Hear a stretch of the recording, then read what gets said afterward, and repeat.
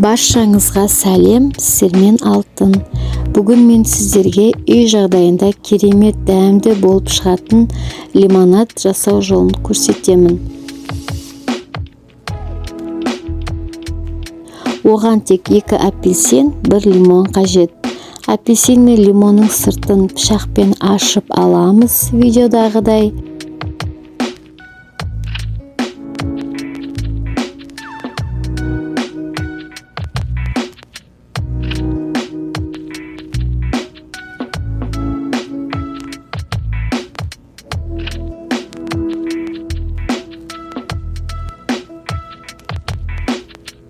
Ашыған сыртын 2,5 литр суға салып, үстіне 1 стакан шекер салып, газге қатты отқа қоямын.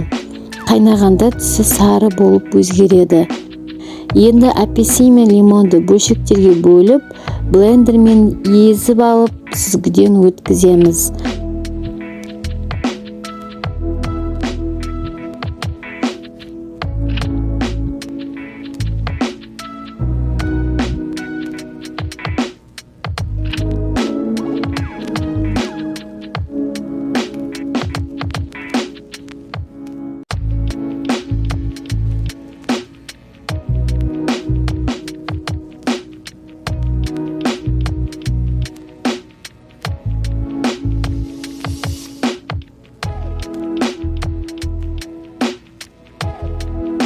Мінеки лимонадымыз дайын, өте дәмді болып шықты.